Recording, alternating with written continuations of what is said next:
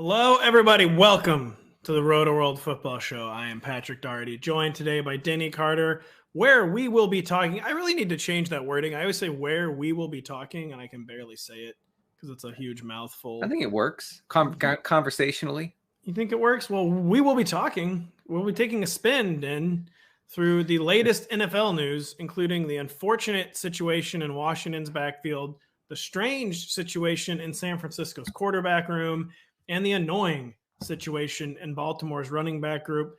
We will also discuss the players we are leaving every draft with and some picks that might work in any scoring format via a 3-week-old article from Denny that we forgot to talk about. When's it from?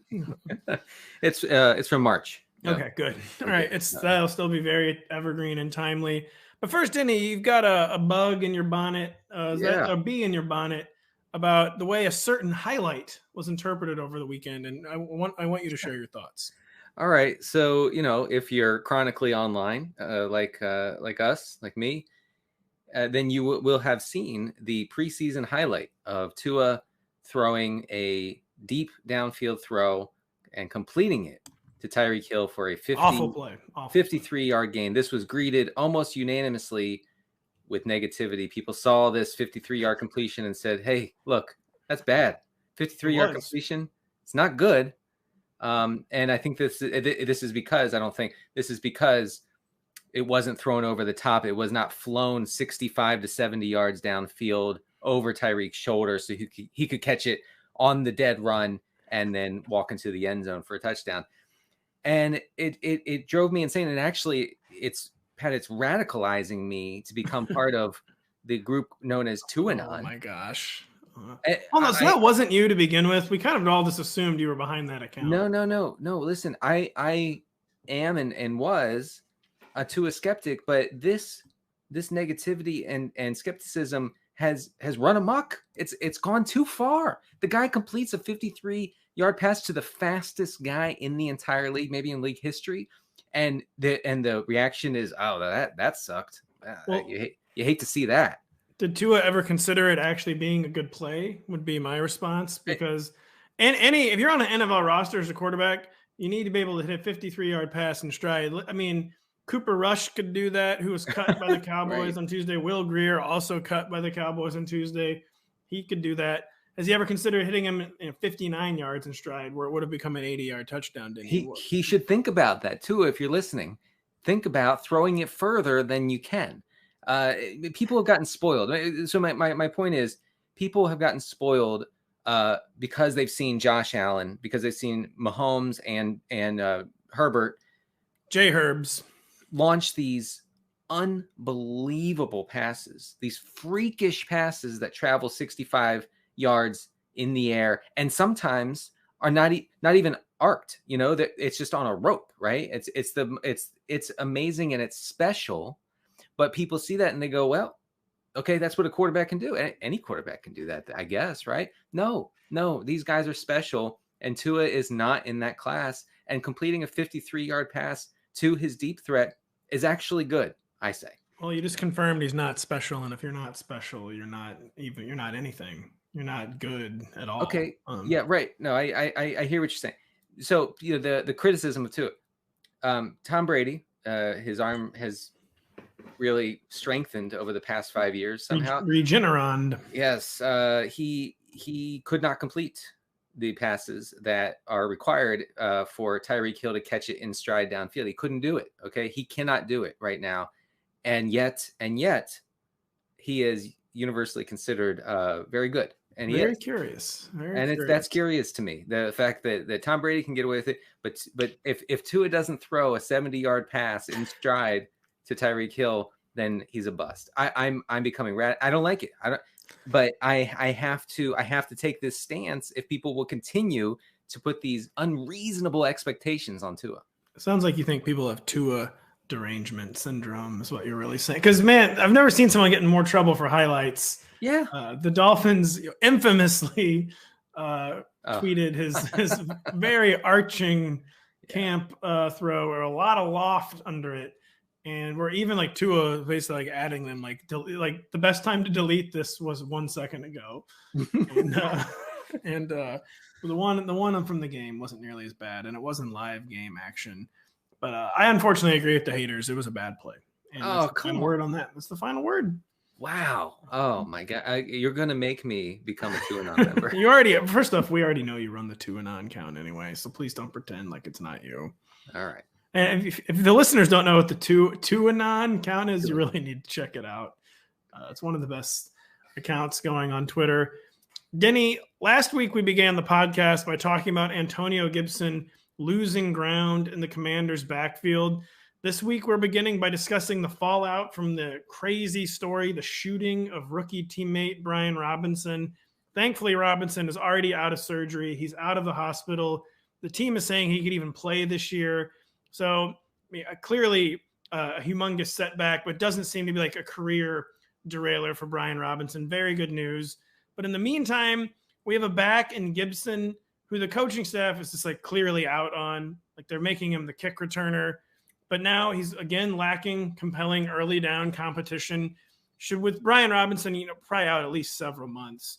Should we revert Antonio Gibson to the RB2 ranks simply because his rookie teammate is out? Or should we pay more attention to the fact that the Commanders are looking for every possible avenue to reduce Gibson's workload and still remain out on him in our home league redrafts this weekend? It is a tough situation to decipher exactly. I know that Brian Robinson was put on the 53-player roster for Washington on Tuesday morning, so he was not put on the PUP list. Well, he couldn't be put on the PUP list. He could still be added to injured reserve after the rosters are finalized. Gotcha. Which I think will probably happen, but I'm actually just guessing and haven't seen anything to that effect. Right. So, yeah, I think you can draft Antonio Gibson as a short-term RB2-ish kind of guy. I don't know if his ADP will rise all that dramatically, considering the offense in general, the Washington offense. We're not exactly chasing production from that offense, and B, the coach's comments, and then C, his performance in training camp in the preseason. He played with the second and third stringers in parts of the preseason. Really, really discouraging kind of usage that you really don't want to see if you're taking a shot on a guy.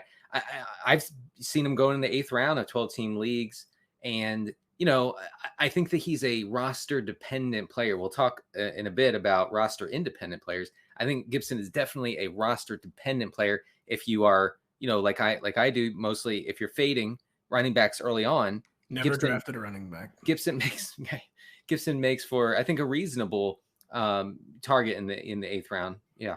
So you're not talking about an RB2 there, though, then, where I definitely have kept his rank just kind of like in the mid-range flex, because I just think when a coaching staff is this determined to curtail your workload, they're going to find ways to do it. And I mean, it could be like the classic case where someone like not even on the roster, like we don't even know like their name will be getting week 1 carries, like that kind of thing, where they just seem out on Antonio Gibson, especially as like an early down running back. And he's had chronic injuries in his career. He had a chronic toe issue. He had a chronic shin issue. He has not been efficient as a runner. Hasn't been nearly as finished of a product as a pass catcher as we were hoping. We know they have a demonstrated commitment to J.D. McKissick, who they moved heaven and earth to re-sign this offseason. He could see a bigger than expected workload. I mean, he could end up with 8 carries a week or something like that. Sure. And Brian Robinson, again, no one has said he's going to be out for the entire season. So it just doesn't really feel like anything changed. I think the only thing that changed is now Gibson is like clearly like a top 36 back again, where like you have to like take a flex shot on him basically. So, I just feel like nothing has really changed that much with Gibson. Just the team just is not into Antonio Gibson. They will have to use him. I mean, Jonathan Williams is the only other back on the Washington depth chart at the moment, outside of Robinson. Speaking of Robinson, I think, and I think you would agree that Robinson should still be drafted in 12-team formats as a bench stash. It's tough to say. I actually would say no. No? Yeah, I mean, maybe if it's like a hyper competitive league where like everyone's super dialed in and people just don't come across the wire. But if like your standard home league, I mean, what would be the real upside to stat? I would rather just have that roster spot reserved for like week 2 or 3 waiver ads. And I think if you draft Brian Robinson, unless like in the next week we get word like he'll be back in September or something. I think if you draft Brian Robinson, he's just like waiting to be dropped essentially. There is no timeline, and right, and it could be. There's so many positive reports over the past 48 hours that I have a hard time buying into the prospect of it being 2 or 3 months until he gets on the field. Now it still could be. I'm not a doctor, as you know, but I tend to be a little more optimistic about his return date. And man, the coaching staff loves that guy. Yeah, it has kind of been a classic, like no news is good news. Like, well, and the news we've gotten is that he's released from the hospital. Like if you can get released from the hospital like a day after getting shot, that's probably a pretty good sign. So, but yeah, and it's like your standard 10 to 12 team home league. Oh, 10 team, no. Well, definitely not 10 team, but even like 12 team. I just feel like you're like, why did I do this? Like I need this roster spot already in week 2 to add somebody. But if it's 12 like pretty competitive guys and gals, then yeah, I don't know. Maybe you could do it. It can't even. What is the upside though? Because like even when he comes back, it's not like he's going to come back and they're going to give Brian Robinson 15 carries right off the bat. Probably, I think you're right in mentioning J.D. McKissic in the discourse here, because it's someone who is just completely ignored in all of this calculating about who's going to get touches in the Washington backfield and when they're going to get it between the 20s, at the goal line, short yardage, passing situation. And McKissic's just there. He's just there. The team wants him there. Yeah. They're not really into Gibson anymore. They're way into Robinson. But McKissic, and PPR only, obviously if you're a standard, even half PPR, McKissic doesn't have a whole lot of appeal. But in PPR, he could just kind of be a little bit of a cheat code, catches 4 passes, gets 8 carries. Yeah, there you go. You got your 14 points. You like people that have like this clearly defined roles. Something I was struggling with in the rankings. Would you rather draft J.D. McKissic or Michael Carter? Michael Carter. See, to me, like what's Michael Carter's upside? I feel like is getting J.D. McKissic's role though. Michael Carter's upside is being the primary back for the Jets. I guess so. I guess he has more early down upside still than J.D. McKissic. But I feel like what we're really like with Michael Carter, what we're hoping for is the role that already exists with J.D. McKissic. Is kind of how I look at that one. I mean, you're not completely off base. I think Michael Carter could be really good. I know he's undersized and everything. And I know Breece Hall compares favorably to guys like Ezekiel Elliott. I know that. I still think that Michael Carter, it's going to be hard to keep him off the field. I like him a lot. He's a really interesting one. I will admit that. In San Francisco, the long, strange Jimmy Garoppolo trip somehow keeps rolling after the 49ers surprisingly retained him with the restructured contract, one that makes him both the highest paid backup in the league and more difficult to trade from a team perspective, but still quite tradable from a contract perspective. And he has a no trade clause, but all that really means is it gives Jimmy G control over where he will go. Do you think this move is more about the 49ers just like protecting themselves and realizing they reached the NFC Championship game last year and knowing like if you're like a championship caliber roster, you need to have a good backup quarterback. So AKA it's not about Trey Lance. Or do you think keeping Jimmy G is about a lack of faith in Trey Lance? And like the 49ers, I was tweeting a bunch about this yesterday. So sorry if you're rereading my tweets via podcast listeners. But like they've never been able to keep their Trey Lance narrative straight. There's never been that drumbeat of positivity on Trey Lance from the 49ers. And so do you think this is more just about the 49ers wanting to cover all their bases or more about a lack of faith in Trey Lance? So Adam Schefter said back in March that the 49ers, and this is, correct, they are a win now team. They have a win now roster.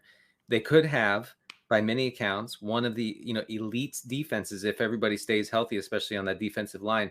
They have an elite defense. Their special teams is supposedly improving over last year's disaster. And their offense is fine. Like it's a fine offense.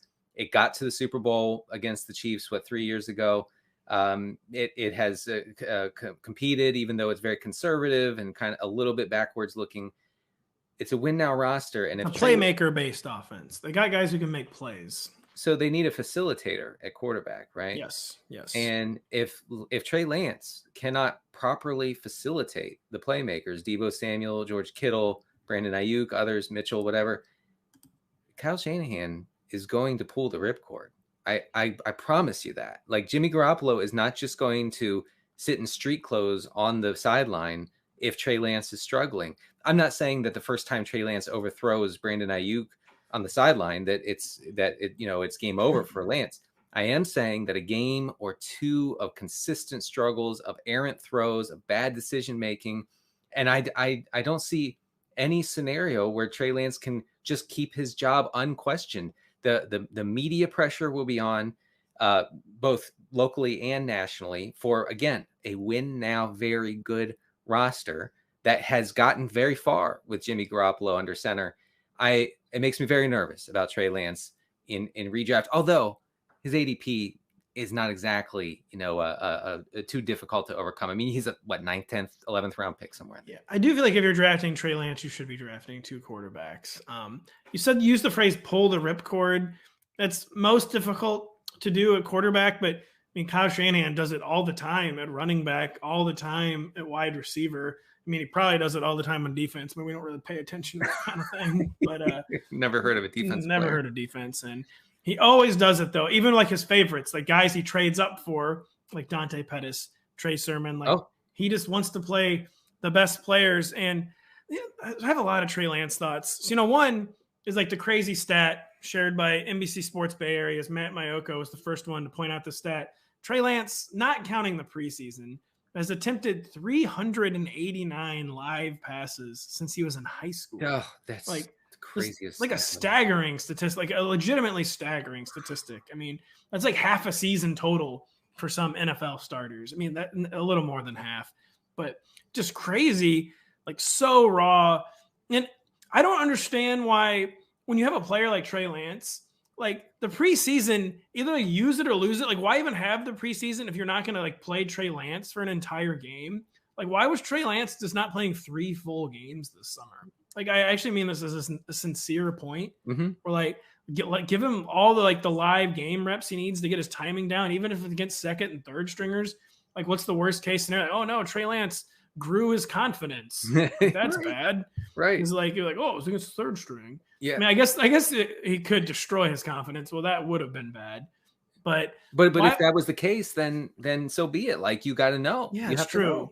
If this is like all about timing and accuracy, why was he was given like so few live reps this summer? Right. I mean, I guess he got a lot of live reps against a really good 49ers defense in practice, but I just don't know, like, if we're reading too much into the 49ers words or lack of words on Trey Lance. But I've been blurbing at NBC now since 2011. So I've read, probably literally millions of blurbs. You get used to, like, there are just certain rhythms, and like a lot of them are pure like smoke, like pure BS. But when there's a young quarterback, there's always an off-season drumbeat of praise from like the coaching staff. Even like the local media always gets in on the game because they always like want the guys to succeed. And it's just been like totally absent on Trey Lance. It has. It's just on the record, off the record, it's just been totally absent. Kyle Shanahan went on a podcast like 4 weeks ago, and Trey Lance came up, and Kyle Shanahan sort of started laughing and said, "Man, I'm looking forward to not having to deal with the questions this year." And the podcast host said, "So what? Well, I have some questions." He said, "Why did you not like hold a presser like announcing Trey Lance as the quarterback?" And Kyle Shanahan, he's flummoxed. He goes, "I didn't know I had to do that." Man, that's to me, that's very fishy. That's very fishy. Like, it's basically, I tweeted a few weeks ago that it was half a joke, but only half a joke, where when a reporter says, what about Trey Lance? Is he your starter? And Kyle Shanahan's response is, yes, Trey Lance is a quarterback on our roster. That's sort of the response that he gives. I truly don't believe that he has a safe job there in San Francisco. I don't either. And I got like a lot of pushback on Twitter. It's like, well, it makes so much sense. It makes business sense, which it did in theory. Supposedly he couldn't have been traded, because of his shoulder, which there have been rehabbing players traded many times. Body parts heal. I bet there was someone willing to trade for Jimmy Garoppolo. And even if it makes business sense, even if in theory it makes 53-man roster sense, it does not make psychological sense. And there's a reason teams It's like basically leaving like a loaded gun laying around. There's a reason teams with these young quarterbacks don't keep people like Jimmy Garoppolo in the quarterback room, because it makes it just like a really pressurized situation. And there's a reason it doesn't happen. And I think there's a reason the 49ers are bucking the trend, and it's because they lack the appropriate faith in Trey Lance. That's a very, very well said. And, Jimmy Garoppolo has not been part of team activities all summer. Okay. Like he has not. Which again, hence to, again, I don't know why it's cut you off, but talk about fishy. Like they thought he was going to be gone. So he hasn't participated in any practices, no film study. He hasn't been in the quarterback room. He's been part of the team, but not of the team. Right.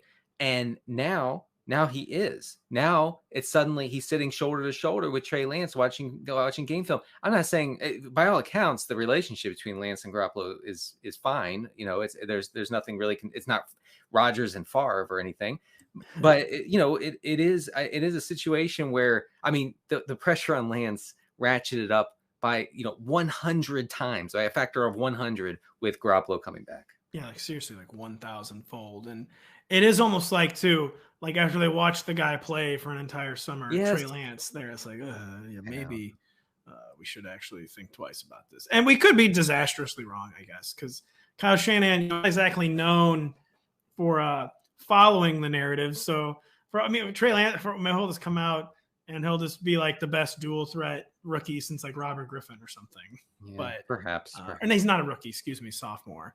But yeah, it's just very, very fishy. Very, very fishy. We'll be right back after this. Prep for your draft with the latest player rankings, projections, and more in the NBC Sports Edge Fantasy Football Draft Guide. It's powered by Rotoworld, the premier source for player news and fantasy information.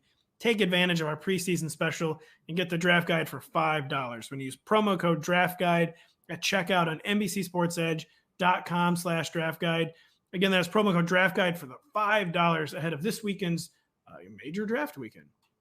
Denny, the notable cuts were few this week. I say as we're podcasting in the middle of cut down afternoon, and right. We get off. Wow, they cut Aaron Rodgers finally. Wow. What do you know? There were few this week, but Sony Michel's release from the Dolphins I thought merited a mention because in theory this could shore up Chase Edmonds's like role like somewhere in say the RB 20 to 30 range. I feel like his ranks and ADP have kind of been all over the map. Does Sony Michel and like the potential goal line role he was going to have disappearing make us feel better about Chase Edmonds? Does it even really change anything for Chase Edmonds where it could still be like a 3-back backfield? I don't know if it'll be a 3-back backfield, but I think it changes things at least slightly for Raheem Mostert. I know Mostert. Definitely for Mostert. Yeah, Mostert has been hurt, for what, like the past 5 years? It's been constantly. Crazy. Basically hurt nonstop since the 2019-20 NFC Championship game. It's really hard to put your faith in a guy, of a running back of an advanced age entering a new team, not a new system. He knows the system. So it might give him, some fantasy relevance. But I think Chase Edmonds had a role locked in, from the start as obviously the passing down back for a quarterback like we mentioned who may be checking down quite a bit in a system that requires facilitation. Okay, like Tua can do that. Okay, I'm part of Tua, I know, but they recently accepted me just as we were talking. But I think Edmonds can fit that mold. And I think that, Michel leaving, it doesn't really affect that too much. So Denny's been accepted to the Tuanon Facebook group. It's a real big day. It is. I just got the notification. I'm very excited. Before it gets banned. My wife has left me. So you mentioned Chase Edmonds having a role locked in, which was very true. But I think it was kind of like the same role he had in Arizona, where he's mostly getting the ball between the 20s. But he's not getting like the important short yardage carries. Yeah. Sony Michel was definitely the biggest threat there. I think it does kind of raise his floor and definitely ceiling a little bit. But do we think Chase Edmonds is the goal line back? I mean, because Raheem Mostert doesn't really profile as a goal line back. Like someone like want to avoid those kind of like really rugged carries with for like health reasons. But I mean, it's not Myles Gaskin, right? I mean, I guess. Does it have to be Chase Edmonds is the goal line back now? Or is there, I mean, gosh. Well, the fullback, I mean, they have Alec Ingold. Yeah. I don't know. Yes. Well, yeah, right. So this Shanahanian system probably does in this kind of situation lean on the fullback in those situations. I think we are going to see that. But still have Salvin Ahmed, by the way. Salvin Ahmed, yeah. I don't think any of those guys profile as like locked in goal line types. But if you're drafting Chase Edmonds in what is he going in 7th round, 12-team leagues, something like that, yeah. So dead zone-ish kind of guy. I don't know if you're taking him like thinking, okay, well he has a shot to get goal line touches. Like I never really considered that. I thought it's. No, I'm saying I never considered that either. I'm saying now, like, are we forced to consider that he actually might? I mean, that'd be awesome. That'd be great. I mean, for obviously his fantasy prospects, but he's a big play guy. Lots of yards before contact, pretty good after contact. So he could rip those off. Mostert is also a big guy. I would say Mostert is probably going to see more goal line touches or green zone touches than Edmonds. Maybe more green zone. I wouldn't say goal line because I just feel like that's the kind of area of the field you want to avoid work for Raheem Mostert, for a guy who can't stay healthy and a guy who's like most special in space. Like kind of like why waste his bullets, so to speak, in those situations where the entire defense gets to pound on you at the 2-yard line. So part of the reason I'm bullish on Tyreek Hill, and I know that's not exactly the bravest stance, but I think that there is an argument against Tyreek Hill at his ADP. Part of the reason is I think that they will force feed him the ball. They will design touches both in the passing game and as a runner. I mean, I don't see him lining up behind Tua and taking carries, off left guard, but getting him on jet sweeps, getting him the ball, getting the ball in his hands where it counts the most, which is near the end zone. So maybe this just speaks to that developing even more. Sounds like you don't believe in Tua. You don't think they're gonna line up Tyreek Hill behind him. Tua could be the goal line back. That's what I said. Tua. I wouldn't be shocked, honestly, if it was something dumb like Salvin Ahmed being the goal line. It won't be Myles Gaskin. No, I don't think so. Ingold is. That's a good guess. Wish I hadn't said that. No. That's fantastic. Like he fits. They love him. They love him. One of the first things they did was get this guy. It's true. So if I feel slightly better about Chase Edmonds, we probably feel worse about J.K. Dobbins ? Yes. After the Ravens pounced on Kenyon Drake, another notable release. Although Drake's not going to challenge Dobbins in early downs, he's a clear and present danger in the passing game. I mean, could see early. I mean, we have yet to. We talk about the 49ers being weird with their quarterback situation. We haven't gotten like any indications from the Ravens about J.K. Dobbins and like that he's going to be cut loose. And it seems like he'll be active for week 1, but even that hasn't like been totally guaranteed. Is Dobbins, who's been generally going like that RB 18 to 22 range, is he still a safe RB2 for the final? Could this maybe create a situation, a climate of fear where like he becomes like a huge value, like he's still an RB2 but falls to RB? Like, what is your take on J.K. Dobbins heading into the final draft weekend? I think people should be fairly fearful of J.K. Dobbins at ADP. Of course, everybody's a value at some point. So if Dobbins, upon this Drake news, if Dobbins tumbles to like RB 25 or something, I think you go ahead, because would you say you're going at RB 18 to 20 somewhere in there? Yeah, it's usually in like the RB 18 to 22 range. So he gets to 25, 27 somewhere in there. I think that I'd be interested there. Now I looked up. I did the Kenyon Drake blurb when he signed with Baltimore today, and here are some. You just dated the podcast. What'd you say? You said you just dated the podcast when you said you did a Kenyon Drake blurb today. It was just a horrible joke. I would never. Sorry to interrupt your train of thought. I've never done that before. I would never date the podcast. So Drake in 2021 was a productive pass catcher for the Raiders, catching 30 of his 40 targets for 291 yards and a touchdown. He had the 6th highest yards per route run among running backs. His 2 yards before contact per carry ranked 20th among running backs in 2021. In other words, before his ankle injury, Kenyon Drake really wasn't bad. Devontae Freeman was a top 12 running back, as Matthew Berry pointed out on a recent fantasy football happy hour. That Devontae Freeman was an RB1 in 12-team leagues for a little bit in this Baltimore offense. I think Kenyon Drake can be the same, depending on J.K. Dobbins' availability and health. I will say with Dobbins, kind of what you said with Chase Edmonds, we never really assumed a goal line role for Chase Edmonds. Did we ever really assume a third down role for J.K. Dobbins? I guess we kind of did. I think so. I mean, I know they have Tyler Beatty. I know Mike Davis is an excellent pass catcher, at least has been in previous seasons. So maybe that was a little presumptuous. I thought that Dobbins had a decent shot to get that work. But I spend a lot of time talking about pass catching running backs in offenses that don't throw it to the running back. Like Lamar Jackson doesn't really throw it to the running back. I think I wrote a piece on that this offseason. Josh Allen doesn't throw it to the running back, and yet all we do, just generally in the fantasy community, is talk about who's going to catch the passes. A Singletary, as a James Cook. Who cares? They don't not get in the ball. No one's getting the ball there. It could be maybe because they've just never had a good pass catching back, and maybe that's why the Bills were on the warpath trying to find a third down back. The Ravens have never had a good third down. I mean, Justice Hill, the Zoomers won't remember. He didn't pan out. Tyler Beatty, the Zoomers probably also won't remember. It doesn't seem like he's panning out. So maybe it's just some of that, but yeah, it's also part of the offense. Okay. I'm trying to turn off my analytics brain, turn off my spreadsheet socialism, as Evan Silva would say, and try to zoom out and just picture Lamar Jackson, on a, what is it, design screen passes to his running backs coming out of no, that's not happening. Like, he's taking the easy route. Let's see, I'm the fastest guy in the field. I'm going to sprint for 7 yards and a first down. I'll do that. Yeah, that's an avenue available to Josh Allen and to Lamar Jackson, and not it is true. And there is something to that narrative. And there'll be something to this segment when we are back after this.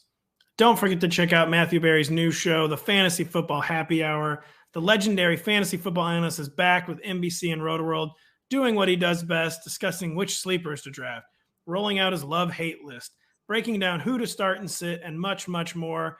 There'll also be so much actionable information along the way for you sports bettors as well. Check it out weekdays at noon on Peacock, or listen to the show in podcast form wherever you download and subscribe. Now, Denny, contrary to popular belief, do you actually do draft sometimes? You have some teams. You draft fantasy football teams. Yeah, so that'd be a good idea to talk about some of the players. Where the only hook, it's not like ADP. It's not about values or sleepers. It's just 3 players we find ourselves leaving our drafts with a lot. And I want you to go first. Who is someone you find yourself leaving almost every draft with? I take very little pleasure in saying this, but Justin Fields. I leave a lot of drafts with Justin Fields because that's an interesting one, actually. Yeah, he strikes me as the last chance to get a Konami code dual threat. Absolutely. Quarterback who can be fine for fantasy and even good for fantasy, even in weeks where he completes less than half of his passes for 150 yards and no touchdowns. He could still score 20 points because, again, like Lamar Jackson, he is the fastest guy on the field and can make plays. And the hope is that the new Chicago offensive staff will design the offense around his ability to scramble and run. And, it's not exactly a high leverage part of the draft either. You're talking about double-digit rounds. So I end up with a lot of Fields. Yeah, Fields he's the last refuge of the Konami code scoundrels, basically. Yes, that's right. He's like the last. He's the last really plausible one where you'd much rather have Justin Fields than Daniel Jones, who's getting some of that dual threat shine. You'd much rather have than Zach Wilson, who had one good run, like now has a knee injury. I'd rather have Justin Fields, than he just makes a lot of sense, like that QB 16 to 18 range.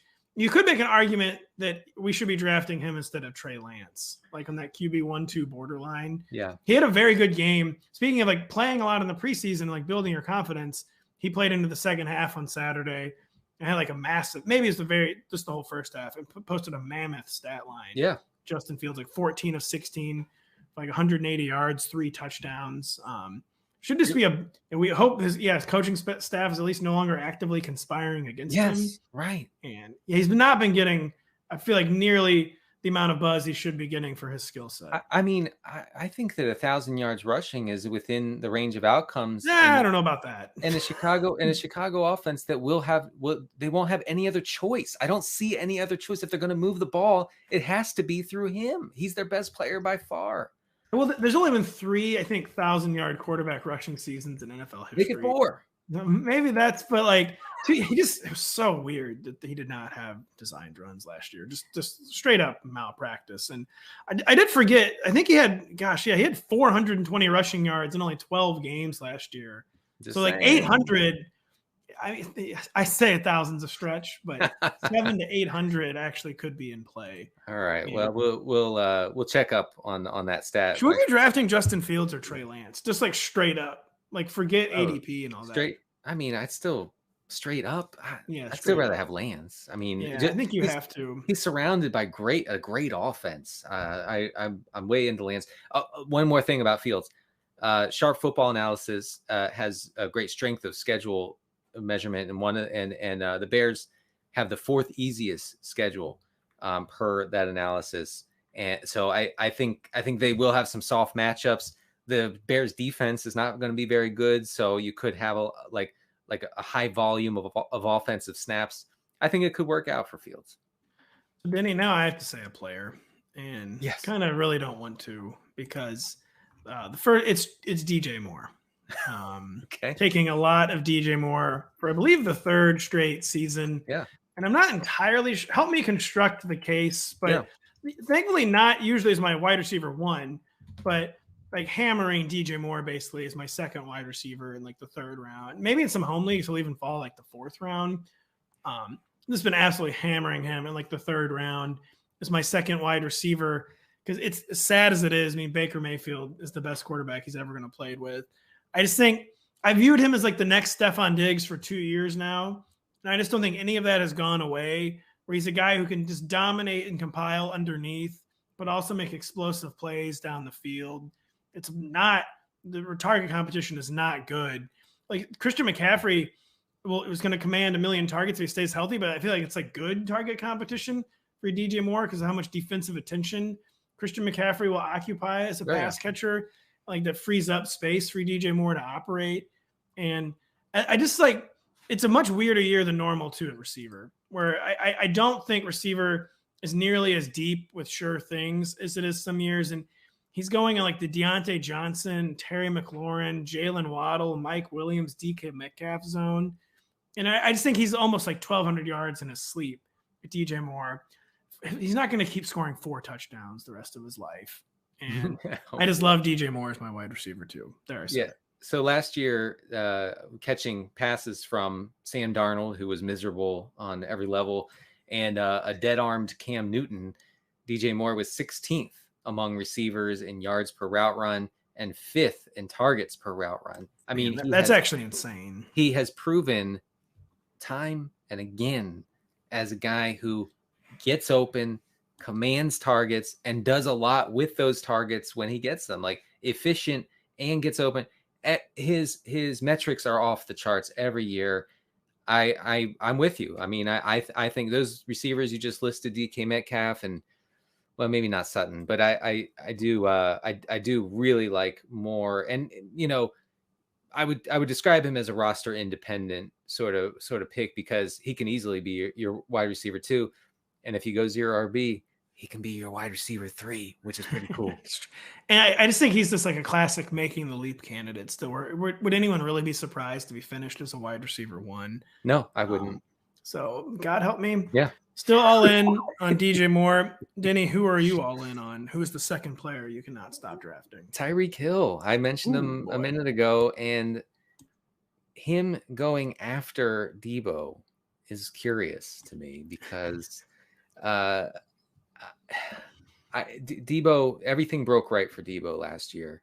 I think that if Brandon Ayuk truly is ascending, like reports say he is, and so here's what happened with Ayuk, just real quick. I'm going to get back to Hill in a second. With Ayuk, comes in 2020, has no training camp, has a really good rookie season because of the target volume he gets in the second half with everybody hurt, right?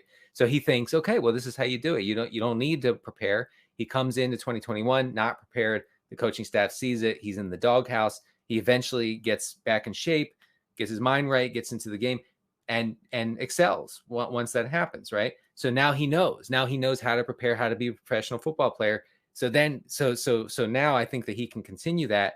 I think that there are a lot of scenarios where Brandon Ayuk is the wide receiver 1 in San Francisco, and so Deebo's ADP I think is really inflated with the assumption that Ayuk is going to be what he was last year, and I don't think that's correct. So you have Tyreek Hill in an offense that I think is going to jam him targets. Okay, he is still the fastest, to me, most potent force in the entire league. Okay, like his speed is unstoppable, and I think that Mike McDaniel's a smart coach who's gonna say, hey, he's our best player, he's our best chance to gain yards and score points, let's get him the ball. I know Jalen Waddle's there, and I know Jalen Waddle had a breakout rookie year. I get that, and maybe Waddle can do fine too. I'm not discounting that, but man, the fact when you combine the talent of Hill with the fact that he is going to get a ton of touches, I just love it.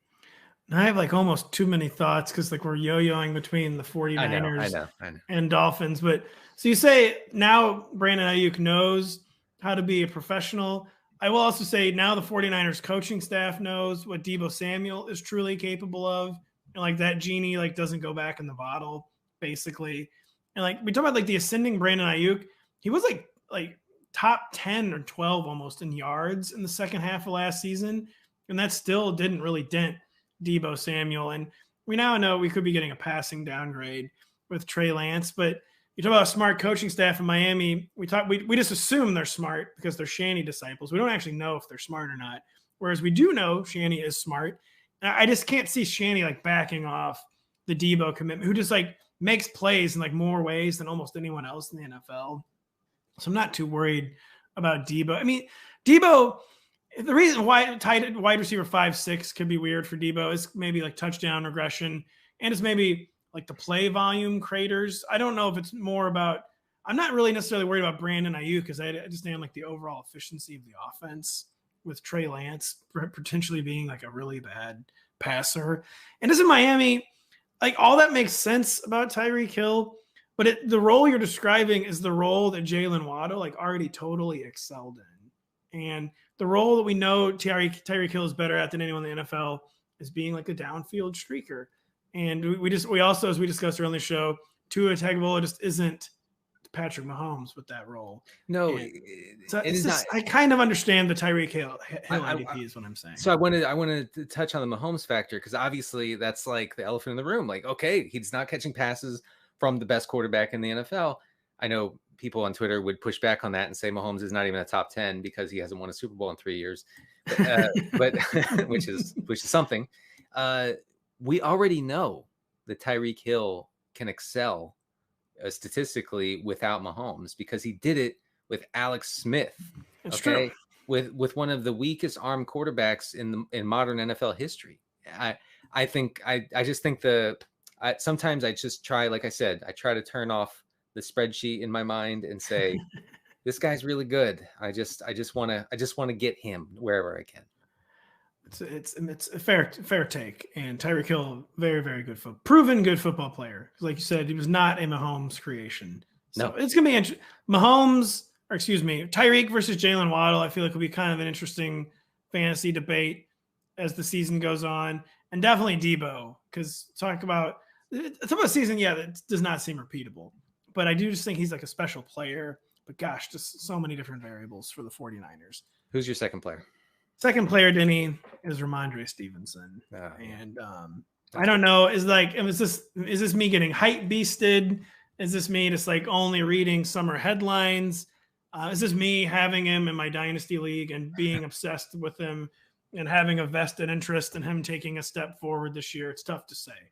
But I feel like the ADP just stayed reasonable, really. He's still going. It's like the RB30.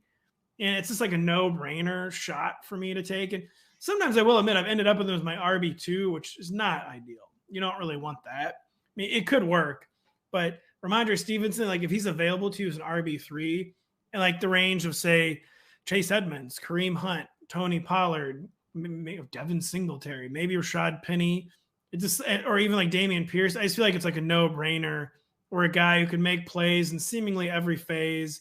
You know, the Patriots were supposedly going to involve Ty Montgomery. Now he's got a major ankle injury, and just Stevenson's ADP stayed more reasonable than I was expecting, and I just cannot stop taking him as my RB3 and sometimes even my RB2.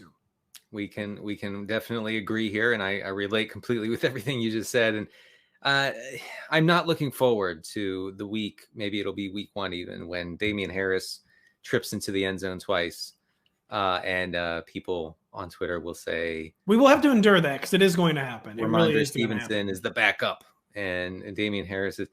So I'm not looking forward to that, but I am looking forward to Stevenson, I think, taking on a bigger role. Bill Belichick said 2 weeks ago, he said it's going to come down to these two guys. And this is, by the way, before the Ty Montgomery injury. He said this. So Montgomery's injury is probably long-term-ish. Okay. He's not going to be back early in the season. He was carted off when he suffered the injury. Stevenson, had a pretty good pass catching profile in college. He, on his very limited opportunities as a rookie in New England, he did really well as a pass catcher. So I am in, especially, PPR wise, I'm in on Stevenson at where he's going. In fact, he's like essential to the way I put together teams. Me too, basically. And just the key is that his ADP didn't go crazy, especially in like home leagues, normal people leagues, quote unquote. And you will have to be ready. There will be weeks where he will be the backup. And it could be like several weeks to even begin the season. You just will have to be ready for that. You're basically betting on a talented playmaker getting at least 12 to 15 touches a game, and maybe more, and maybe becoming like a full-blown pass catcher. It is admittedly taking a shot. It's not taking a sure thing. It's kind of like connecting dots. A player who was 100% rostered down the stretch last season was a pretty safe flex down the stretch. So too, it's not like we're like concocting the story like out of thin air. No, there is still some dot connecting involved. The team likes it. I mean, let's review. Belichick said Stevenson has improved as a pass catcher and, importantly, as a pass blocker, which is why he was deactivated. He was in street clothes for 3 weeks last fall. Okay, because he missed one block. So that's important. It's a really critical development. I want to say that the Patriots' strength of schedule, per Sharp Football Analysis, is the 7th toughest in the entire league. I think that speaks positively for Stevenson over Harris, because we're talking about, and at the moment, as of this recording, a miserable, down bad New England offense that may have to be throwing a lot more than they want to.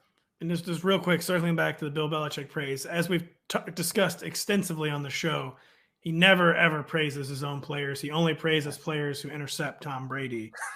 And that's true. Never, and so it's pretty notable when he praises one of his own players. Denny, who is the third player that you keep drafting? I'll get to him in just a moment. We'll talk maybe a little more about him when we talk about the article that I wrote 8 months ago. But Michael Pittman. Pittman. We'll talk about Michael Pittman then for the next one.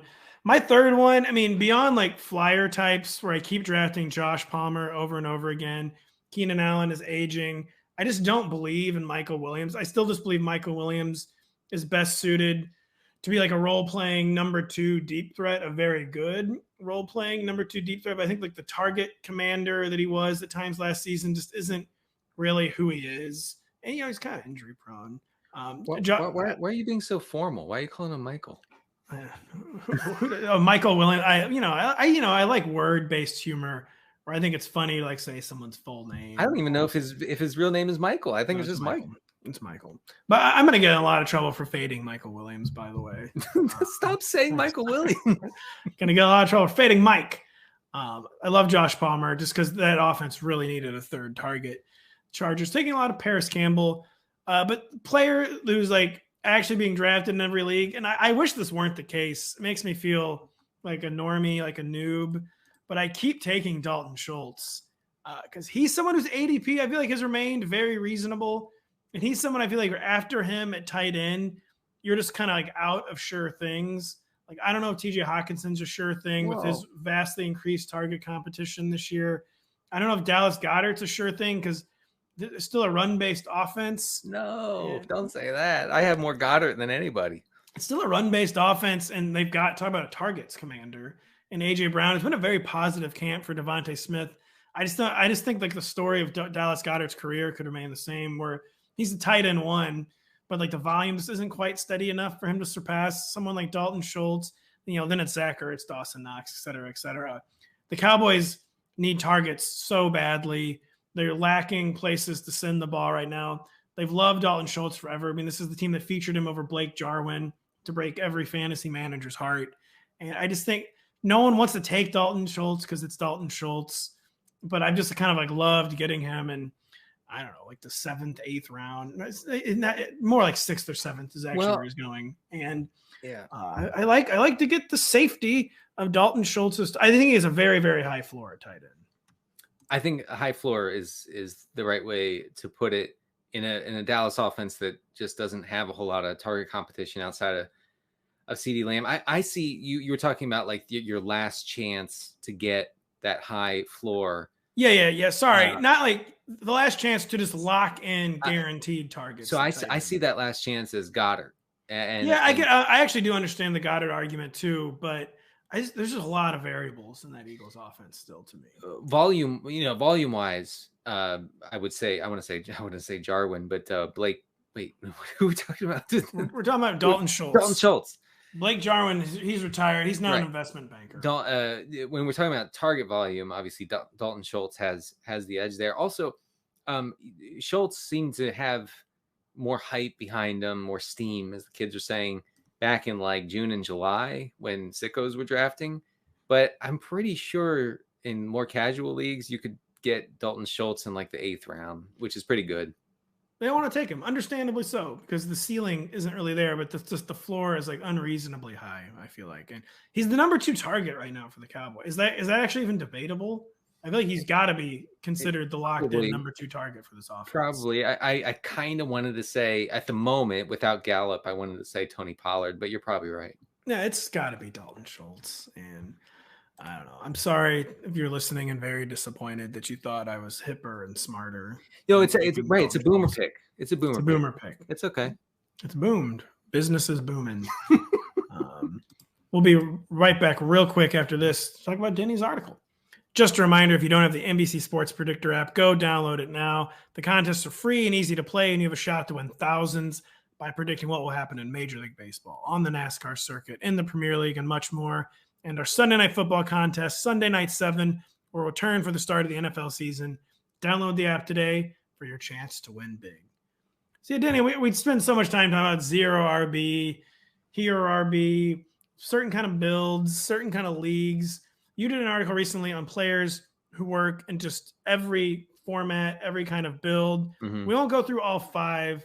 Let's do 2 or 3 players from your article that you just think fit every build for fantasy managers who will be drafting this weekend. So I know this upsets folks who say just draft the best players, which that's what I do. I don't think that that's a viable strategy. I think that you need to have some way of concocting a draft that takes advantage of your league settings and your roster requirements and everything. So we'll start it off with Michael Pittman. I think Pittman, as I outlined in the piece, you can find it on NBCSportsEdge.com. Michael Pittman fits a 0 RB build or a hero RB build as a wide receiver 2 or 3. I mean, it's a embarrassment of riches if you can get him as your wide receiver 3, honestly.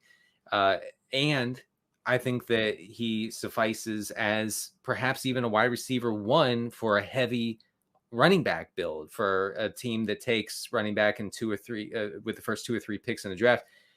And I say that because I truly believe the Colts offense will be, and I'm obviously not the only one, but I'm basing this on the fact that I think the Colts offense will be much more balanced, much more, maybe even leaning toward the pass this year, because they have an upgrade at quarterback, because Frank Reich's comments over the past 2 or 3 weeks where he says, we don't want to do the ground and pound thing.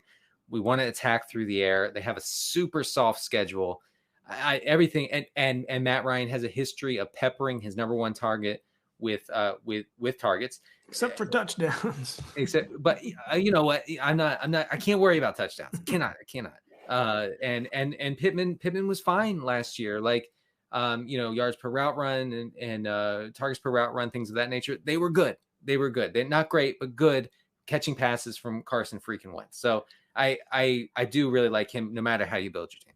And he's got a reputation as a man coverage beater, like a guy who can kind of just like excel no matter what the looks are against him. And Matt Ryan, the touchdowns thing has always been weird. It's like kind of real, but he's supported, 5 or 6 legitimate wide receiver ones over the past 10 to 12 years. Like going back to Roddy White on through Calvin Ridley, like he peppers his best players with targets, and far and away his best receiver is Michael Pittman. He already basically broke out last year, even with Carson Wentz. He's like 95% of the way there. And I very much agree. Matt Ryan's going to take him the final 5%, and probably someone who should be in the top 12 at wide receiver. He's been right on that borderline. Some drafts you will see him go in the top 12 receivers. But sometimes I find myself deciding between DJ Moore and Michael Pittman, and I've been doing a lot of both, just to be honest. And Michael Pittman, I have on a lot of teams, and totally agree with the take. It's like the meme. Why not both? Why not both? And I think that works. And then just the second guy, I outlined 5 players here, but the second guy I want to talk about is Courtland Sutton, who I think for similar reasons can fit any kind of roster. If you go wide receiver heavy, he can be your wide receiver 3, which again I think is kind of great, kind of ridiculous. But I think he also has not only the floor but the upside in what should be kind of a Denver offense based on, like, think of it like threes and layups, right? Like big downfield bombs, and then Russell Wilson. little check downs, and that's the way that the Russ cooking offense worked for a while in Seattle before it didn't work. And I know we caught the stove on fire. We discussed that ad nauseum. So if you want to listen to that, you can go find that podcast. But and Sutton, Denny doesn't even think Russell Wilson's good, but continue. Let's relax on that a little bit. But he's fine. He's a fine quarterback. Courtland Sutton, by all accounts, is the unquestioned number one target. In fact, there was a beat reporter for Denver who said he's not sure Jerry Jeudy is the second wide receiver in that offense at the moment. Even now? This was after now. Tim Patrick? Oh my gosh. Now. So I'm going in on Courtland Sutton, and any way I build my team, I think that he fits perfectly, and he does. There are other receivers around him who could also fit, but like if it's Michael Williams or Courtland Sutton, for me it's not a choice. It's just Sutton. Man, Jerry Jeudy does not know how to win friends and influence people. He's down bad. I think it's just an utterly farcical. We've gotten way too people so badly just want to apply the DK Metcalf, Tyler Lockett, outlook to these Broncos. But Jerry Jeudy to me is a very Tyler Lockett type player, where he plays in the slot but can also make huge plays down the field. And I just find it farce. Maybe he's just not good. I don't know. But I found the summer narrative. I'm just totally fading the summer narrative on Jerry Jeudy. But yeah, 5 players who fit any fantasy football roster construction is on NBC Sports Edge, powered by Rotoworld. It's an extremely good article. You talk about Cam Akers in there as well. Go read it. And Dallas Goedert, apparently. I forgot about that. That's right. But the Akers injury has kind of thrown a wrench in that. But still, nevertheless, go check it out. Check out everything on the site. We're going to have all the week's cuts up. We're going to have all the latest news up ahead of your fantasy football drafts this weekend. Just going to be a big, big week over at Rotoworld. So go check it out. Check out our podcast on Thursday with Mr. Matt Strout. Thanks for listening today. For Denny, I am Pat. We will catch you later this